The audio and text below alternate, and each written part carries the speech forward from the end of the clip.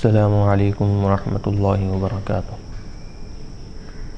الحمد للہ رب العالمین، والصلاة والسلام علی اشرف الانبیاء والمرسلین وعلی آلہ واصحابہ اجمعین، اما بعد۔ محترم و مکرم سامعین، حاضرین و ناظرین کرام، الحمدللہ باب العلم انواریہ ایجوکیشنل سوسائٹی اور جامعہ انواریہ کے زیر اہتمام مختلف کتابوں کی آڈیو اور ویڈیو ریکارڈنگ کا سلسلہ جاری ہے۔ نعمت الباری شرح صحیح بخاری علامہ غلام رسول سعیدی علیہ رحمہ کی ریکارڈنگ کا سلسلہ ہم نے شروع کیا تھا۔ الحمدللہ پچھلے درس میں باب نمبر 66 باب ابوال الابل والدواب والغنم ومرابضها، یہ ہم شروع کیے تھے، اور حدیث نمبر 233 کا آج ہم آغاز کر رہے ہیں۔ اللہ تبارک و تعالیٰ سے دعا ہے کہ اللہ تبارک و تعالیٰ ہم جو یہاں پر پڑھ رہے ہیں، ریکارڈ کر رہے ہیں، اس کو قبول فرمائے، اور جو بھی ہم یہاں سیکھیں اس پر عمل کرنے کی توفیق عطا فرمائے۔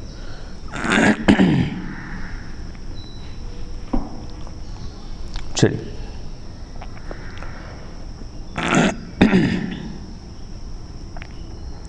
حدثنا سلیمان بن حرب قال حدثنا حماد بن زید عن ایوب عن ابی قلابة عن انس رضی اللہ عنہ قال قدم اناس من عکل او عرینة فاجتووا المدینة فامرهم النبی صلی اللہ علیہ وسلم بلقاح وان يشربوا من ابوالها والبانها فانطلقوا فلما صحوا قتلوا راعي النبي صلى الله عليه وسلم واستاقوا النعم فجاء الخبر في أول النهار فبعث في آثارهم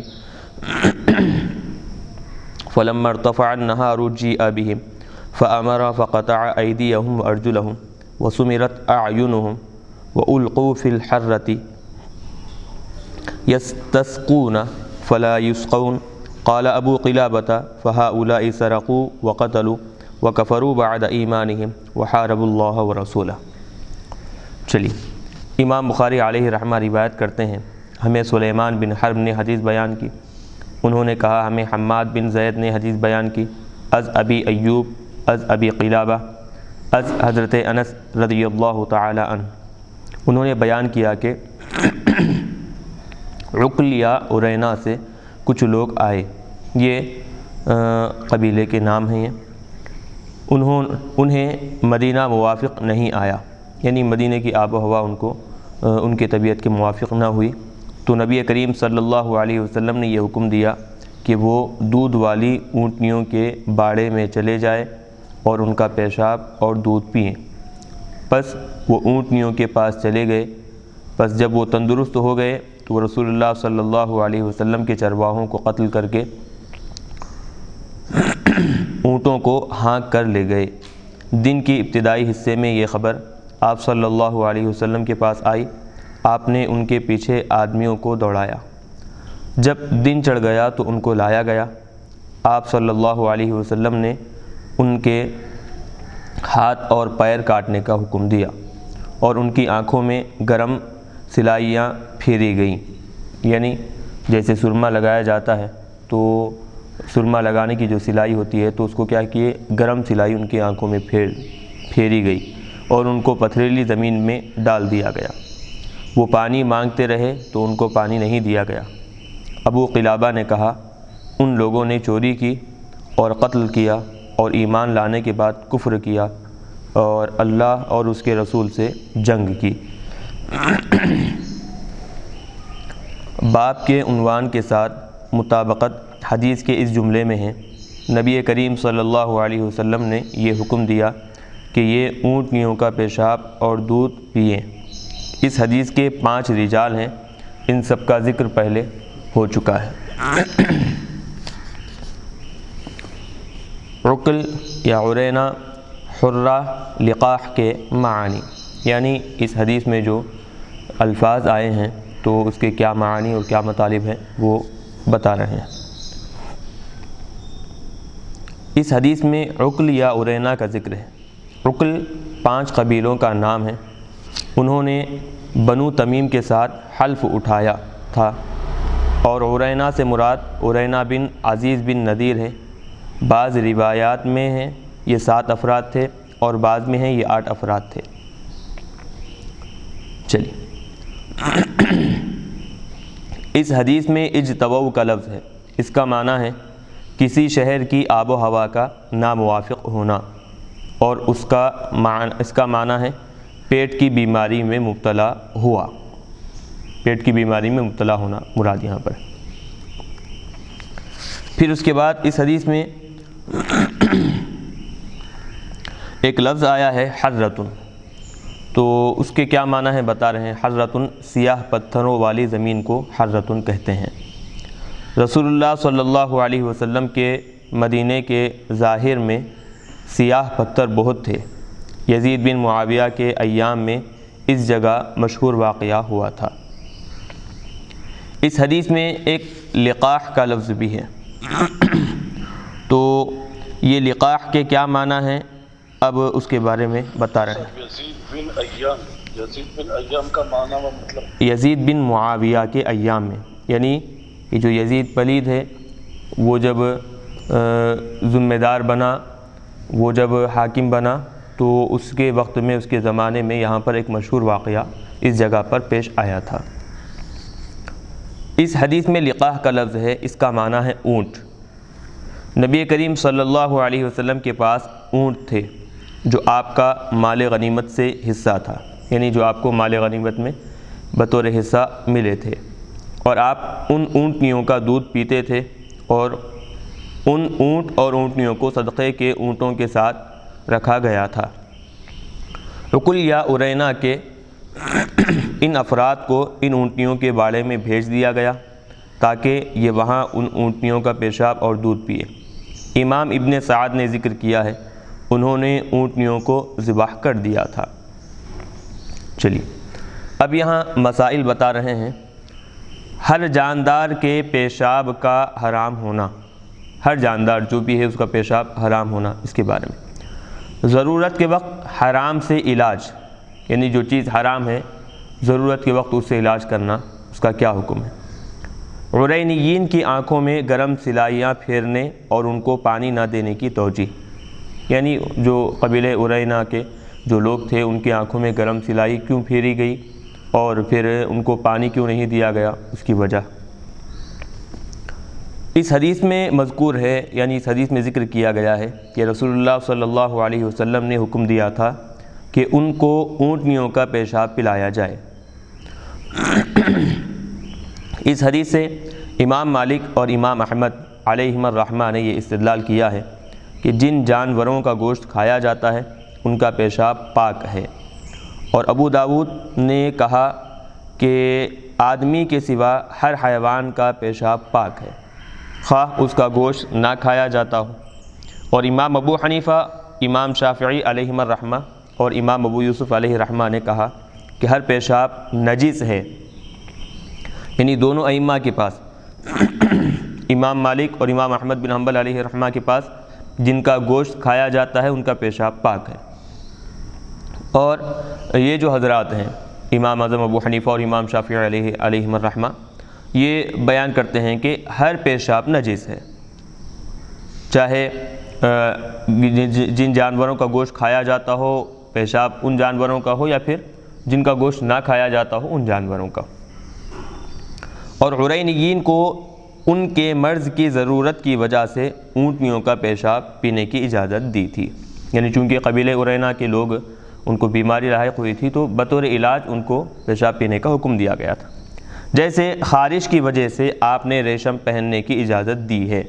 ریشم تو ہر کوئی جانتا ہے کہ جائز نہیں، اس کا استعمال مناسب نہیں ہے مرد آدمی کے لیے، لیکن اگر کسی آدمی کے جسم پر خارش کھجلی ہو رہی ہے تو یہ جو ریشم ہوا کرتا ہے تو اس سے جسم کی کھجلی کا علاج کیا جاتا ہے، تو دور ہو جاتی ہے۔ تو اسی لیے آقا علیہ الصلوۃ والسلام نے جو خارش والا جو آدمی ہے تو اس بیماری کے علاج کے لیے آقا علیہ الصلوۃ والسلام ریشم پہننے کی اجازت دے دی ہے۔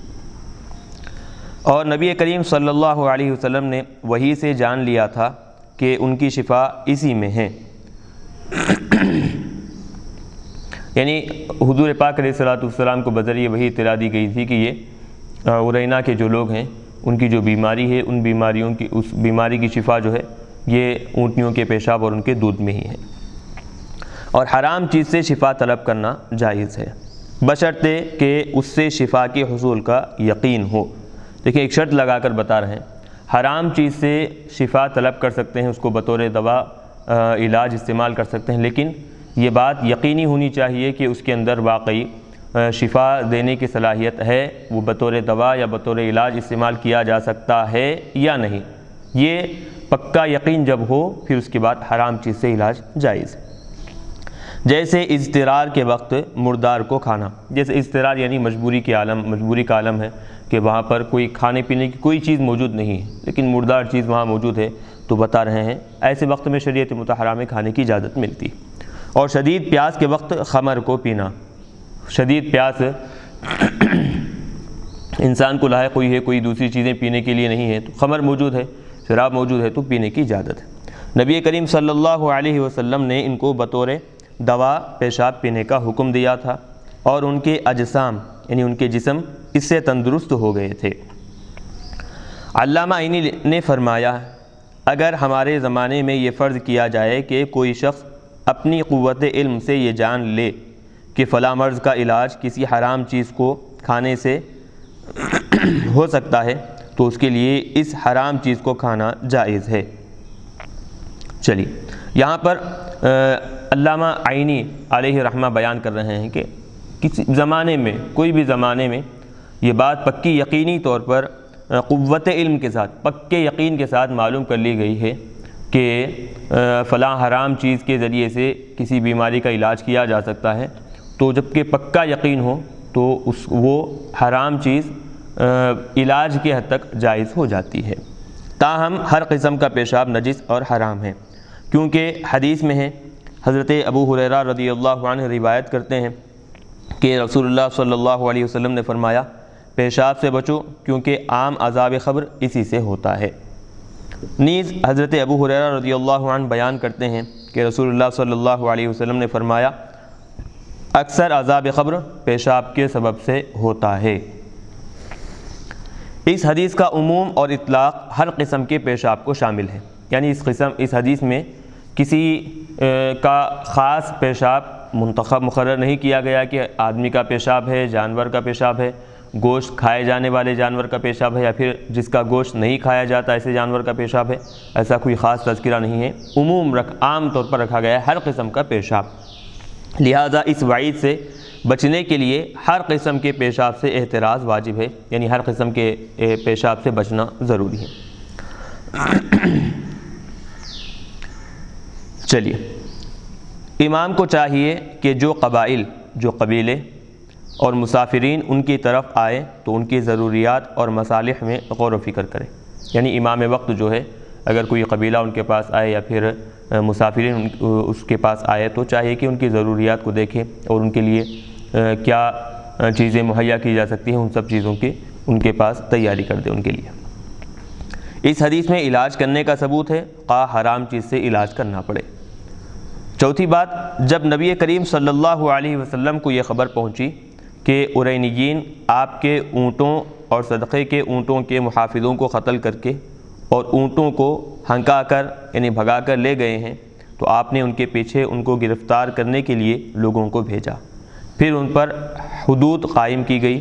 اس سے معلوم ہوا کہ صحرا میں حدود قائم کرنا جائز ہے، یعنی جنگلوں میں بھی حدود قائم کی جا سکتی۔ یعنی یاد رکھیں کہ ایک چیز جو بعض حدود ایسے ہوتے ہیں کہ علی اعلان لوگوں کے سامنے وہ جاری کیے جائیں تاکہ وہ سزا کو دیکھیں، وہ حدوں کو دیکھیں، پھر اس کے بعد ایسا جرم کوئی دوسرا آدمی نہ کر پائے۔ شریعت میں بعض حدود ایسے مقرر کیے، لیکن اگر ضرورت محسوس ہو جیسے اس حدیث میں بتایا گیا ہے تو یہ جو لوگوں کے سامنے دکھا کر جو سزائیں دینے کا جو حکم ہے جی، یہ واجب کے درجے میں ہے یا مستحب کے درجے میں؟ ابھی دیکھیں حدیث سے تو معلوم ہو رہا ہے کہ چونکہ اگر واجب کے درجے میں ہوتا تو حضور جو ہے صحرا میں سزا دینے کا حکم نہیں دیتے۔ معلوم تو یہی ہو رہا ہے کہ بہتر یہ ہے، زیادہ مناسب یہ ہے کہ عوام کے سامنے دی جائے۔ اگر وقت کا تقاضا ہو، ضرورت ہو، تو بجائے اس کے کسی دوسرے مقام پر صحرا میں یہ حد جاری کی جا سکتی۔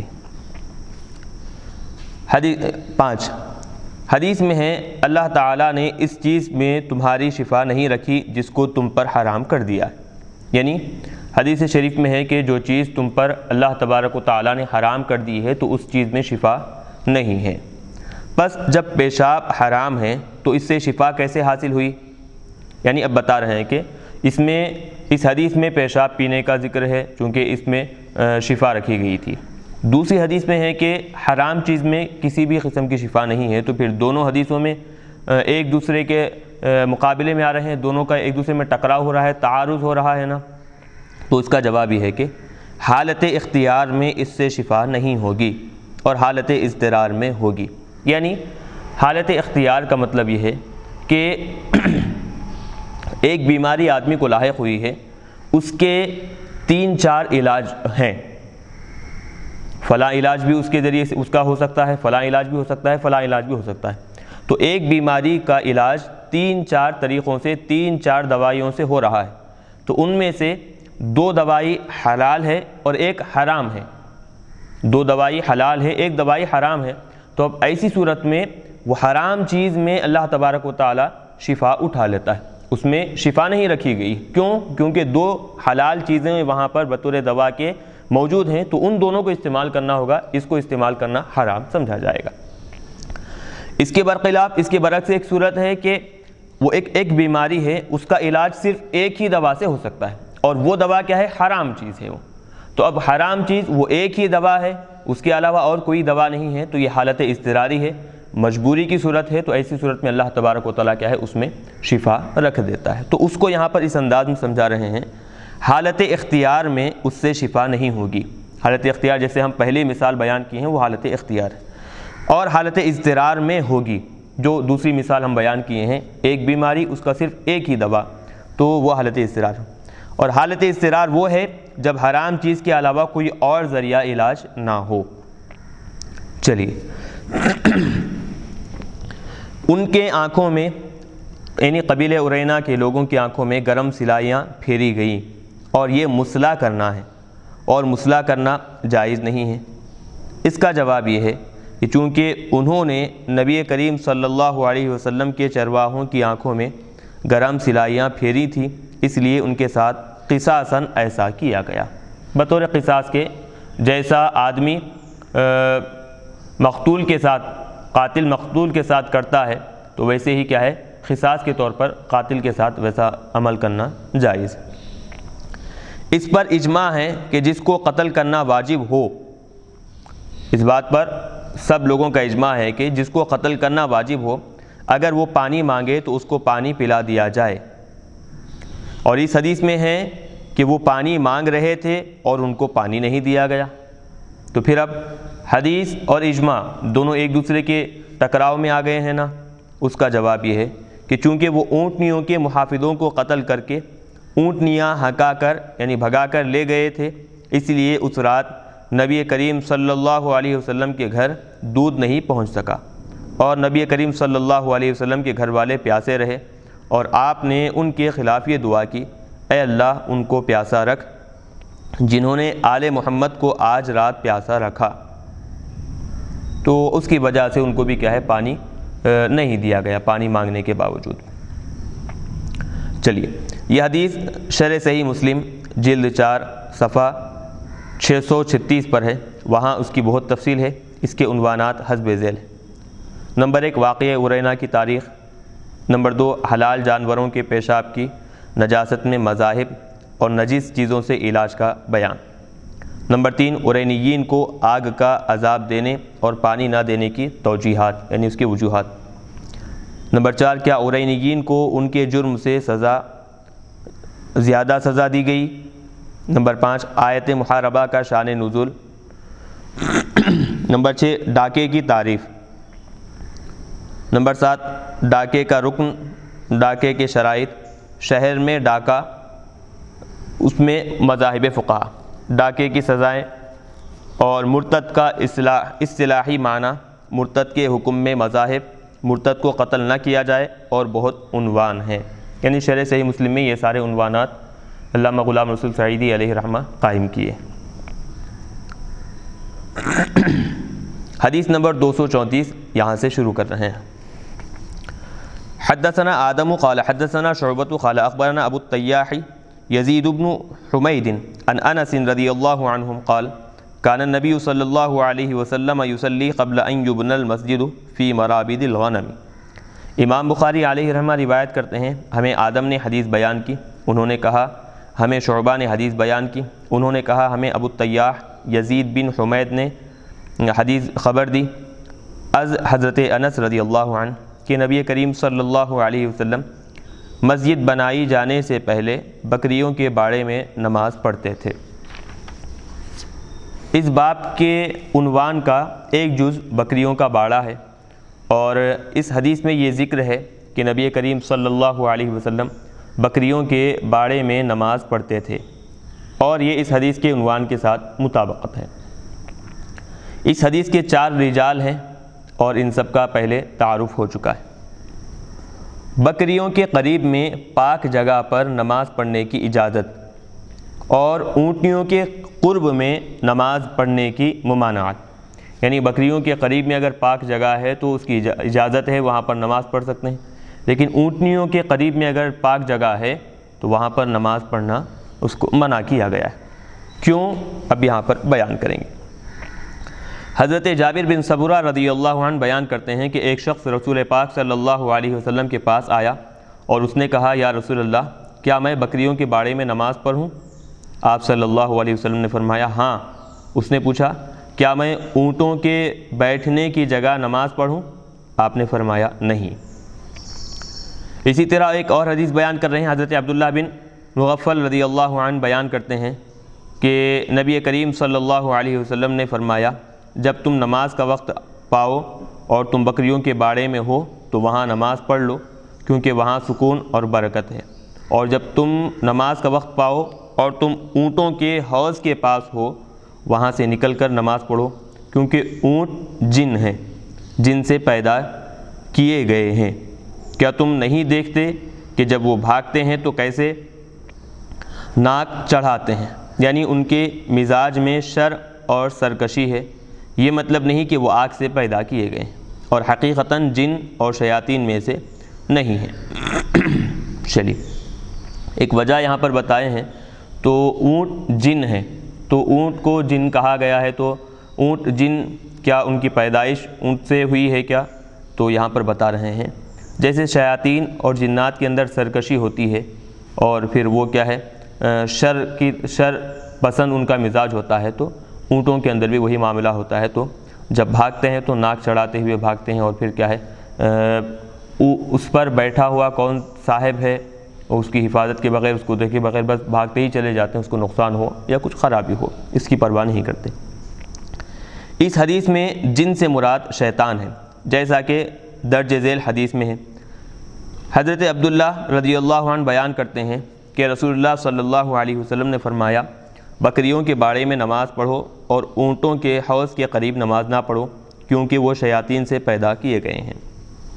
اس کا مطلب بھی وہی جو اوپر بیان کیا گیا۔ حضرت ابو ہریرہ رضی اللہ عنہ بیان کرتے ہیں کہ رسول اللہ صلی اللہ علیہ وسلم نے فرمایا بکریوں کے باڑے میں نماز پڑھ لو اور اونٹوں کے حوض کے قریب نماز نہ پڑھو۔ چلیے بکریوں اور اونٹوں کے باڑے میں نماز پڑھنے کے متعلق مذاہب اربعہ اور اونٹوں کو شیطان فرمانے کی توجیہ، یعنی اس کی کیا وجہ ہے، بیان کریں گے۔ علامہ ابو سلیمان حمد بن محمد خطابی ان احادیث کی شرح میں لکھتے ہیں امام مالک بن انس، امام احمد بن حنبل اور اسحاق بن راہوے یہ کہتے ہیں کہ بکریوں کے باڑے میں نماز پڑھنا مباح ہے اور اونٹیوں کے باڑے میں نماز پڑھنا جائز نہیں ہے، اور امام احمد یہ کہتے ہیں کہ جس جگہ اونٹ کا پیشاب ہو وہاں نماز پڑھنے میں کوئی حرج نہیں ہے، لیکن اونٹوں کے حوض کے پاس یا ان کے بیٹھنے کی جگہ کے پاس نماز پڑھنے سے حدیث میں ممانعت ہے، یعنی روک دیا گیا ہے۔ اور ان فقہا کے نزدیک گایوں کی جگہ میں نماز پڑھنے میں کوئی حرج نہیں ہے۔ جہاں پر گائے باندھے ہوئے ہوں تو وہاں پر جو پاک جگہ ہو ان کے قرب میں، تو وہاں نماز پڑھنے میں کوئی حرج نہیں ہے، ان کے نزدیک جو ابھی بیان کیا امام مالک اور امام احمد بن حنبل۔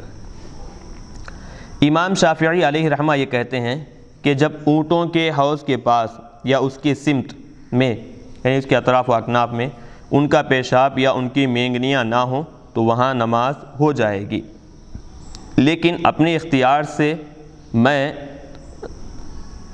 اس جگہ نماز پڑھنے کو مکروہ قرار دیتا ہوں۔ یعنی بتا رہے ہیں کہ اگر اونٹوں کے قریب میں، ان کے حوض کے پاس یا پھر ان کے اطراف و اکناف میں پیشاب نہیں ہے اونٹوں کا، یا پھر مینگنیاں وغیرہ نہیں ہے، تو وہاں پر نماز پڑھی جا سکتی ہے، پڑھی جائے گی۔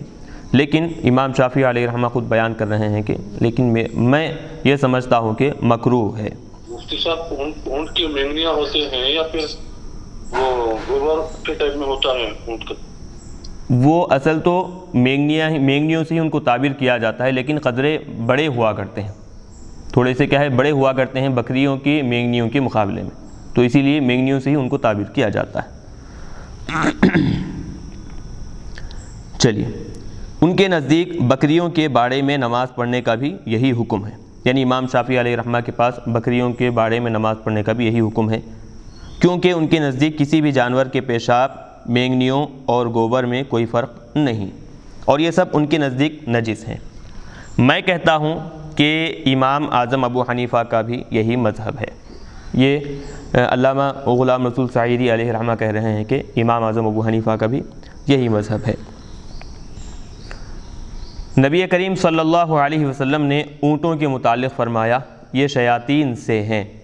اس سے آپ کی مراد یہ ہے کہ ان میں توحش یعنی وحشت اور تنفر یعنی نفرت ہے، اور ان میں شر اور فساد ہے، اور بعض اوقات یہ نمازی کی نماز کو فاسد کر دیں گے، اور عرب ہر سرکش کو شیطان کہتے ہیں۔ گویا کہ جب نمازی اونٹوں کے قریب میں نماز پڑھے گا تو وہ اپنی نماز میں ان سے یعنی ان اونٹوں سے ڈرتا رہے گا، کیونکہ وہ نماز میں ان کے شر اور فساد سے مأمون اور محفوظ نہیں ہوگا، اور یہ خطرہ رہے گا کہ وہ بھاگتے ہوئے نمازی کو رون ڈالے گا، اور بکریوں کے پاس نماز پڑھنے میں یہ خطرہ نہیں ہے۔ چلیے، حافظ ابن حجر کا کپڑا یا چٹائی بچھا کر نماز پڑھنے کی طرف لوٹ آنا اور بکریوں اور اونٹوں کا فرق بیان کرنا، یہ بات تو ہم پہلے بیان کر چکے ہیں کہ حافظ ابن حجر عسقلانی علیہ رحمہ پہلے بیان کیے تھے کہ کپڑا بچھا کر یا پھر چٹائی بچھا کر نماز پڑھنا یہ جائز نہیں، بدعت ہے۔ تو اب بتا رہے ہیں کہ اب وہ پھر اپنے قول سے رجوع کر لیے ہیں، وہ کیسے ہے، کیا ہے قول، اب یہاں بیان کر رہے ہیں۔ حافظ شہاب الدین احمد بن علی بن حجر عسقلانی شافعی لکھتے ہیں، بکریوں کے باڑے میں نماز پڑھنے کی اجازت سے ان فقہا نے استدلال کیا جو بکریوں کے پیشاب اور ان کی مینگنیوں کو پاک کہتے ہیں، کیونکہ ان کا باڑا ان کے پیشاب سے خالی نہیں ہوتا۔ لیکن اس استدلال میں یہ مناقشہ ہے کہ اس استدلال میں مناقشہ ہے، ہاں، لیکن اس استدلال میں یہ مناقشہ ہے، یعنی یہ جو فقہاء اکرام یہ جو استدلال جو دلیل پیش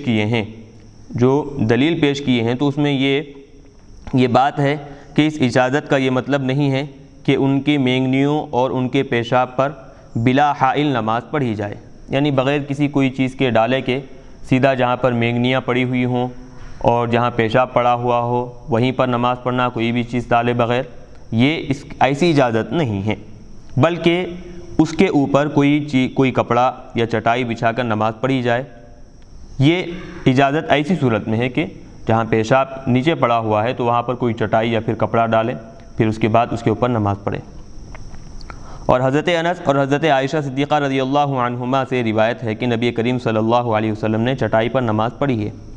حدیث سابق کی شرح میں حافظ ابن حجر نے گوبر پر کپڑا بچھانے کا انکار کیا تھا اور کپڑے پر نماز پڑھنے کو بدعت کہا تھا۔ یہاں پر وہ بھول گئے کہ حدیث سابق کی شرح میں وہ کیا لکھ چکے ہیں۔ حدیث سابق کی شرح یعنی اس سے پہلے والی جو حدیث ہے اس کی شرح میں وہ کیا لکھے ہیں وہ بھول گئے۔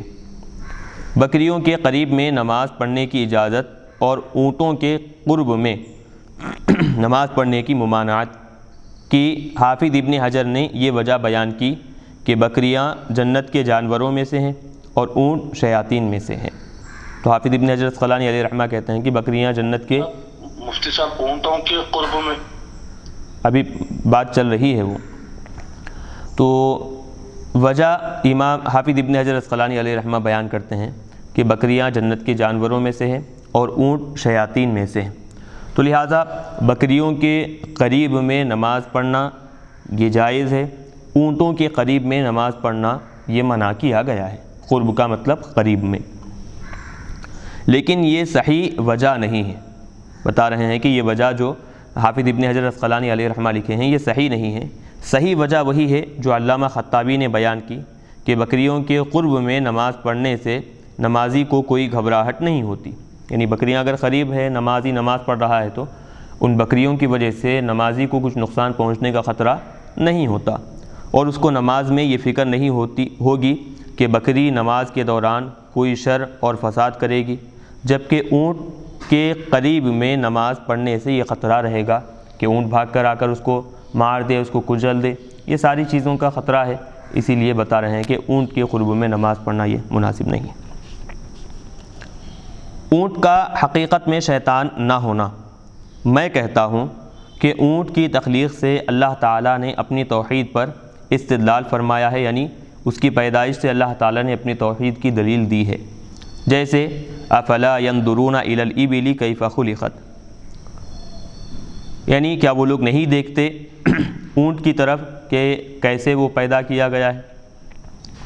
تو اونٹ حقیقت میں جن اور شیطان کیسے ہو سکتا ہے، جبکہ نبی کریم صلی اللہ علیہ وسلم اور صحابہ اکرام علیہم الرضوان نے بکثرت اونٹوں کو رکھا ہے، اونٹوں پر سواری کی ہے اور اونٹنیوں کا دودھ پیا ہے، حج اور عمرہ میں اونٹوں پر سفر کیا جاتا تھا، جہاد کے لیے اونٹوں پر سامان لادا جاتا تھا، اونٹوں کی قربانی ہوتی تھی، ان کو نحر کیا جاتا تھا، یعنی ان کو نحر کہتے ہیں جانور کو کھڑا کر کر گلے کی طرف سے چھری چلانا، جیسے اونٹوں کو کیا جاتا ہے، تو یہ نحر کہا جاتا ہے، ذبح کا ایک طریقہ ہے، جو جانور کو لٹا کر ذبح کرتے ہیں اس کو ذبح کا لفظ ان کے لیے استعمال کیا جاتا ہے، لیکن جو کھڑے کھڑے جانور کو کاٹا جاتا ہے تو اس کے لیے نحر کا لفظ استعمال ہوتا ہے، اور اونٹوں کا گوشت کھایا جاتا تھا، اس لیے صحیح یہی ہے کہ ان کو شیطان فرمانے سے ان کی سرکشی کی طرف اشارہ ہے، یعنی شیطان جو حدیث میں اونٹوں کو شیطان کہا گیا ہے تو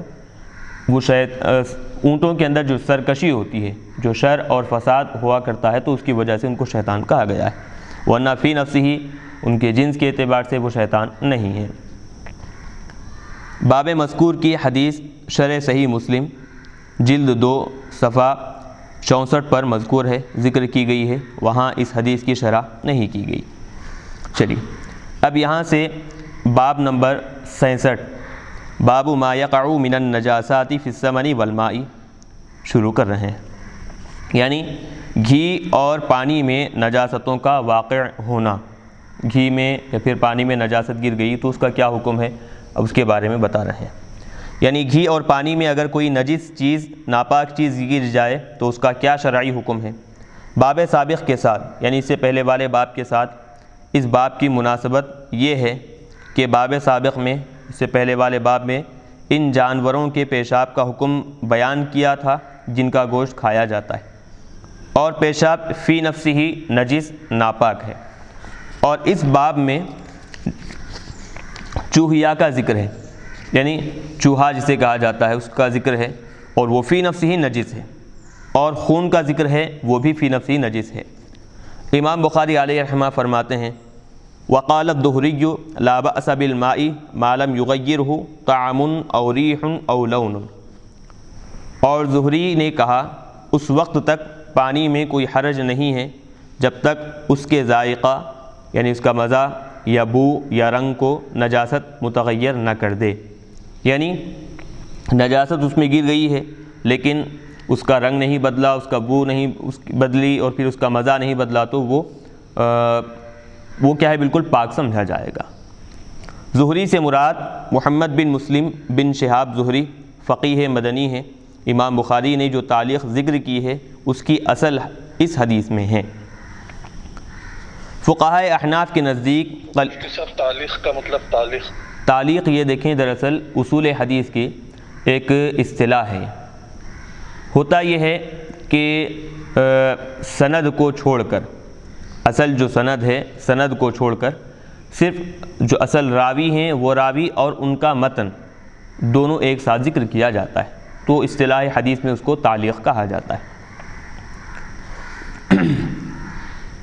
چلیے، فقہائے احناف کے نزدیک قلیل اور کثیر پانی کے طاہر اور نجس ہونے کا معیار، یعنی فقہائے احناف کے پاس قلیل پانی کیا ہے، کتنا ہے، اور کثیر پانی کتنا ہے، اور پھر قلیل پانی طاہر ہے اس میں نجاست گرے تو وہ کتنا، اس کی مقدار کیا ہے، اور پھر کثیر پانی میں نجاست گرے تو اس کی مقدار کیا ہے، اب یہاں پر بیان کر۔ قلیل اور کثیر کا مطلب؟ قلیل یعنی تھوڑا، کثیر یعنی بہت زیادہ۔ حضرت ابو امامہ باہلی رضی اللہ عنہ بیان کرتے ہیں کہ رسول اللہ صلی اللہ علیہ وسلم نے فرمایا، پانی کو کوئی چیز نجس نہیں کرتی، یعنی کوئی بھی چیز پانی کو ناپاک نہیں کرتی مگر وہ چیز جو اس کے بو اور اس کے ذائقہ اور اس کے رنگ پر غالب آ جائے، یعنی جو چیز پانی کے رنگ پر غالب آ جائے، جو چیز ملی ہوئی ہے پانی میں اس کی بو آتے رہے یا پھر اس کا رنگ بدل جائے یا پھر اس کا ذائقہ آتے رہے، تو اسی صورت میں پانی کیا ہے، نجس اور ناپاک ہو جائے گا۔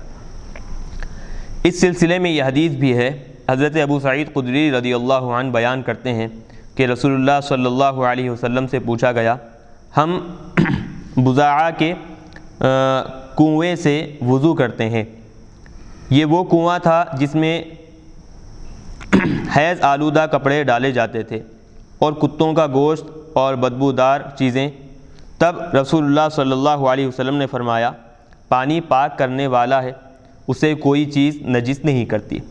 اس کنویں کا پانی جاری تھا اور اس سے باغات میں پانی دیا جاتا تھا۔ فقہائے احناف کا مذہب یہ ہے کہ پانی یا جاری ہوگا یا ٹھہرا ہوا ہوگا، یعنی پانی کی دو صورتیں ہیں، یا تو پانی اپنے مقام پر رکا ہوا ہوگا یا پانی بہہ رہا ہوگا، جاری ہوگا۔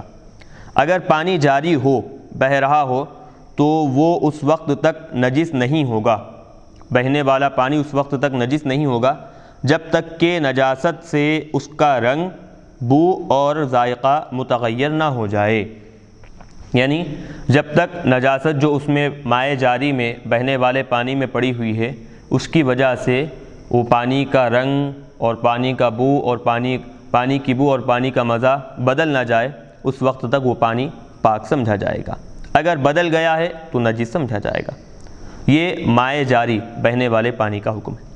اور اگر وہ پانی ٹھہرا ہوا ہو جیسے تالاب یا حوض، تو اگر اس کی ایک طرف ہلانے سے دوسری طرف ہل جاتا ہے تو وہ پانی قلیل ہے، یعنی بتا رہے ہیں کہ تالاب یا حوض اس میں قلیل اور کثیر، تھوڑا اور بہت، کیسے اس کی مقدار معلوم کریں گے تو بتا رہے ہیں کہ ایک طرف اگر حوض کے ایک کنارے پر حرکت دیں، پانی کو ہلائیں، تو وہ اس کا اثر دوسرے کنارے پر ہوتا ہے، دوسرا کنارہ بھی اس سے ہل جاتا ہے، تو وہ کیا ہے، مائع قلیل ہوگا، تھوڑا پانی سمجھا جائے گا۔ اور اگر اس کی ایک طرف ہلانے سے دوسری طرف نہیں ہلتی تو وہ پانی کثیر، یعنی مائع کثیر وہ سمجھا جائے گا۔ امام محمد نے کہا، اگر میری مسجد کے برابر پانی ہو تو وہ کثیر ہے ورنہ قلیل ہے۔ بعد میں ان کی مسجد کی پیمائش کی گئی تو وہ 10 دردہ تھی، یعنی 10 گز لمبی اور 10 گز چوڑی، 1 گز 1.5 فٹ کا ہے۔ پس جو پانی کثیر ہے اس میں نجاست کے گرنے سے وہ پانی نجس نہیں ہوگا، تا وقت کہ نجاست سے اس کا رنگ، بو یا ذائقہ تبدیل نہ ہو جائے۔ اور جو پانی قلیل ہے یعنی تھوڑا پانی ہے، اس میں ایک قطرہ نجاست بھی گرے تو وہ نجس ہو جائے گا۔ یہ فقہائے احناف کا مسلک اور پھر مسئلہ یہاں پر بیان کر دیے۔ اس کے بعد امام بخاری علیہ رحمہ نے دوسری تعلیق ذکر کی، وقال حماد لا بأس بریش المیتۃ، اور حماد نے کہا مردار پرندے کے پر میں کوئی حرج نہیں ہے۔ یہ امام ابن ابی سلیمان حماد ہیں جو امام اعظم ابو حنیفہ کے استاد ہیں۔ مردار کے پرندے میں کوئی حرج نہیں ہے کا مطلب مفتی صاحب؟ ابھی اس کے آگے وضاحت کر رہے ہیں اس کی۔ یہ تعلیق ایک مکمل حدیث کا قطعہ ہے، ٹکڑا ہے۔ یہ جو حدیث مختصر طور پر لائی گئی ہے یہ ایک بڑی حدیث کا ایک چھوٹا سا ٹکڑا ہے۔ وہ حدیث یہ ہے، عبد الرزاق از معمر از حماد بیان کرتے ہیں کہ مردار کی اون گرنے سے کوئی حرج نہیں ہے، لیکن اس کو دھویا جائے گا، اور مردار کے پر سے کوئی حرج نہیں ہے۔ یعنی اگر مردار کا پر پانی میں گر جائے تو اب اس کو وہ پانی کو صاف کرنا ہے یا پھر پانی نکال کر دھو دینا ہے، ایسا اس میں کوئی حرج نہیں ہے۔ مردار کا پر جب یعنی پرندہ وغیرہ ہے، مردار پرندہ ہے، اس کا پر گر گیا ہے پانی میں تو وہ پانی پاک ہوگا، کیونکہ مردار ناپاک ہے تو اس کا پر بھی ناپاک ہے، تو لہٰذا اس میں کیا حکم ہوگا، پاک ہے یا پھر ناپاک ہے پانی، تو اس کے بارے میں بتا رہے ہیں کہ کوئی حرج نہیں ہے۔ امام شافعی علیہ رحمہ کے نزدیک بال جسم سے الگ ہو جائے تو نجس ہو جاتا ہے، اور امام ابو حنیفہ اور ان کے اصحاب کے نزدیک وہ پاک ہے۔ چلیے اب بتا رہے ہیں، تو لہٰذا اوپر جو بتایا گیا ہے کہ پرندے کا پر، مردار پرندے کا پر اگر پانی میں گر جائے تو کیا پانی پاک ہوگا یا ناپاک ہوگا، تو بتا رہے ہیں کہ حماد بیان کرتے ہیں کہ اگر پر پانی میں گر گیا ہے مردار پرندے کا تو اس میں کوئی حرج نہیں ہے۔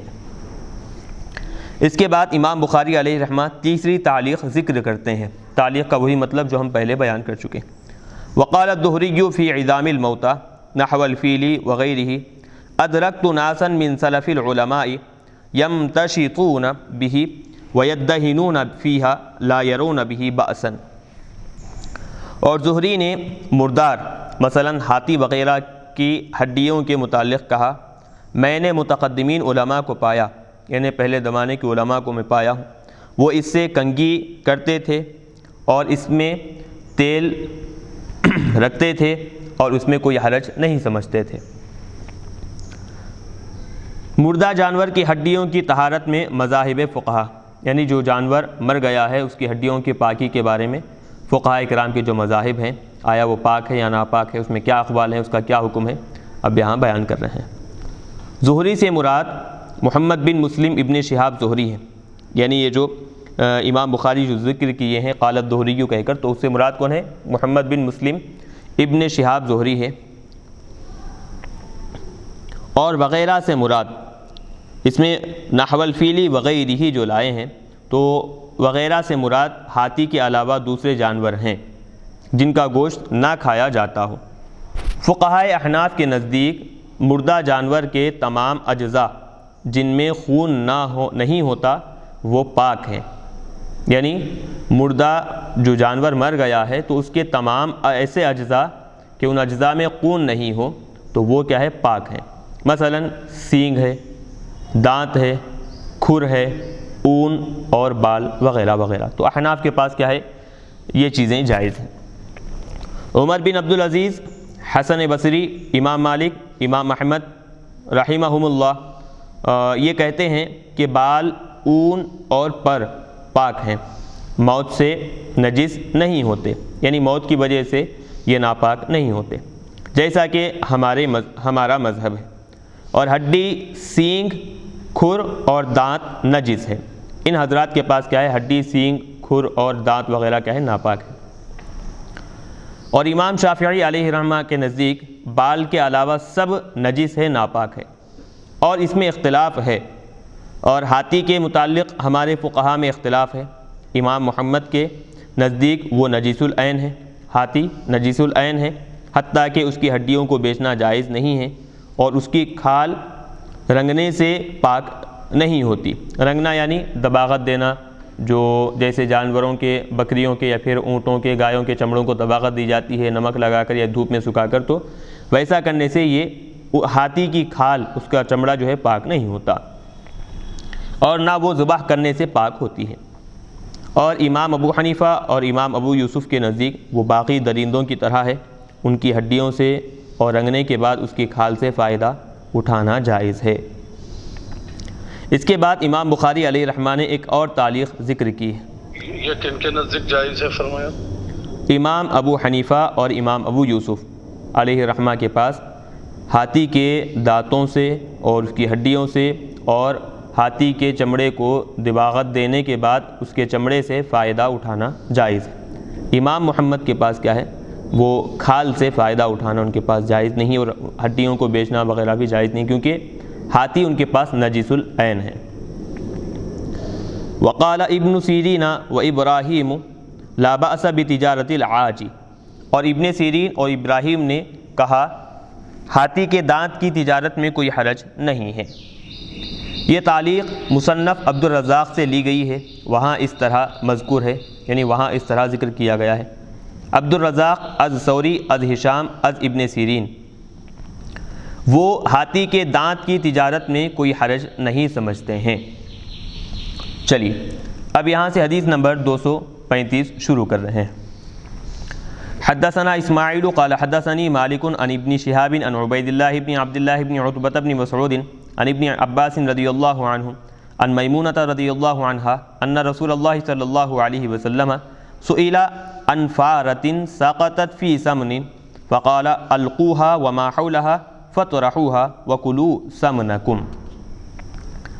امام بخاری علیہ رحمہ روایت کرتے ہیں، ہمیں اسماعیل نے حدیث بیان کی، انہوں نے کہا مجھے امام مالک نے حدیث بیان کی، از ابن شہاب از عبید اللہ بن عبداللہ بن عتبہ بن مسعود از حضرت ابن عباس رضی اللہ عنہما از حضرت میمونہ رضی اللہ عنہا کہ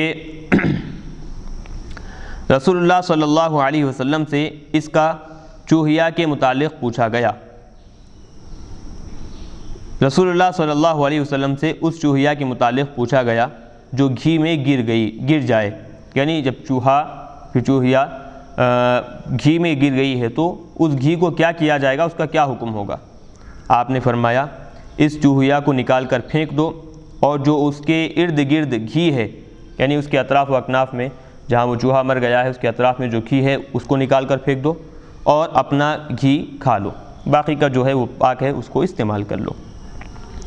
باب کے عنوان کے ساتھ مطابقت حدیث کے اس جملے میں ہے، رسول اللہ صلی اللہ علیہ وسلم سے اس چوہیا کے متعلق پوچھا گیا جو گھی میں گر جائے۔ اس حدیث میں 6 رجال ہیں، ان سب کا تعارف ہو چکا ہے۔ جمے ہوئے گھی اور پگھلے ہوئے گھی کا فرق اس حدیث میں مذکور ہے، یعنی اس حدیث میں ذکر کیا گیا ہے کہ چوہیا گھی میں گر جائے، اور دوسری روایت میں ہے وہ گھی میں گر کر مر جائے۔ اس حدیث میں ہے صرف چوہیا گھی میں گر جائے، اور دوسری روایت میں ہے کہ گھی میں گر کر مر جائے، اور سنن نسائی میں ہے جو جامد گھی میں گر کر مر جائے، یعنی جو گھی جمع ہوا ہے اس میں گر کر مر جائے۔ اس صورت میں اس کے ارد گرد گھی کو نکال کر پھینکنا ہوگا، اور اگر وہ گھی مائع ہے یعنی جمع ہوا نہیں ہے بلکہ پتلا ہے تو اس صورت میں اس سارے گھی کو نکال کر پھینکنا ہوگا۔ تو 2 قول یہاں پر بتا دیے، دیکھیں کہ پہلے گھی کو دیکھیں گے کہ گھی کے اندر اگر چوہا گر کر مر گیا ہے تو وہ گھی جمع ہوا ہے یا پھر جمع ہوا نہیں ہے۔ جمع ہوا ہے تو اس کا حکم بتا رہے ہیں کہ چوہے کو نکال کر پھینک دیں گے، اور اس کے اطراف و اکناف میں جو بھی گھی لگا ہوا ہے اس کو بھی نکال کر پھینک دیں گے۔ اور اگر گھی جمع ہوا نہیں ہے تو بتا رہے ہیں کہ اس کو کیا کریں گے، وہ پورا کا پورا گھی کیا ہے، ناپاک ہوگا، اس کو استعمال نہیں کر سکتے۔ شہد اور شیرہ بھی اسی قیاس میں ہے، یعنی شہد میں اگر کیا ہے چوہا گر جائے، یا پھر شیرہ جو بہنے والا ہوتا ہے اس میں اگر چوہا گر جائے تو اس کا بھی یہی حکم ہے۔ اور جو گھی مائع ہو تو جمہور کا مذہب یہ ہے کہ وہ تمام گھی نجس ہوگا، قلیل ہو یا کثیر ہو، یعنی گھی تھوڑا ہو یا زیادہ ہو، پورا کا پورا نجس اور ناپاک ہو جائے گا۔ اور ایک قوم کا شاذ قول یہ ہے، یعنی ایک قوم کا ایک بہت ہی کم جو کہتے ہیں، ان لوگوں کا یہ قول یہ ہے کہ پگھلا ہوا گھی پانی کی طرح ہے، لیکن یہ غیر معتبر قول ہے، اس قول کا اعتبار نہیں کیا جائے گا۔ چلیے آگے بتا رہے ہیں اعلیٰ حضرت کے نزدیک ناپاک گھی کو پاک کرنے کے 3 طریقے ہیں۔ امام احمد رضا خان صاحب فاضل بریلوی علیہ رحمہ، ان کے نزدیک کیا ہے؟ ناپاک گھی کو پاک کرنے کے 3 طریقے ہیں۔ مسئلہ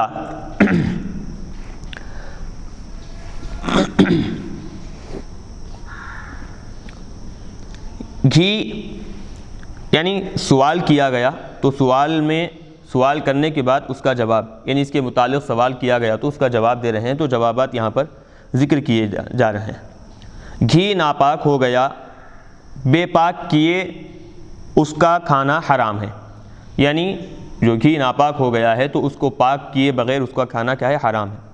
پاک کرنے کے 3 طریقے ہیں۔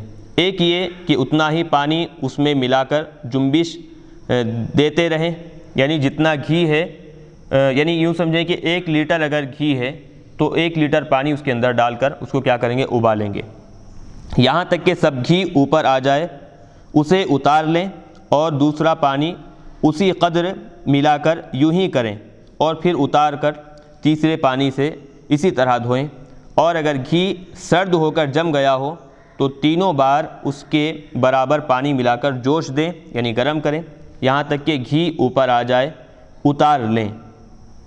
اقولو یعنی مصنف کہتے ہیں کہ جوش دینے کی پہلے ہی بار حاجت ہے، پھر تو گھی رقیق ہو جائے گا اور پانی ملا کر جنبش دینا کفایت کرے گا۔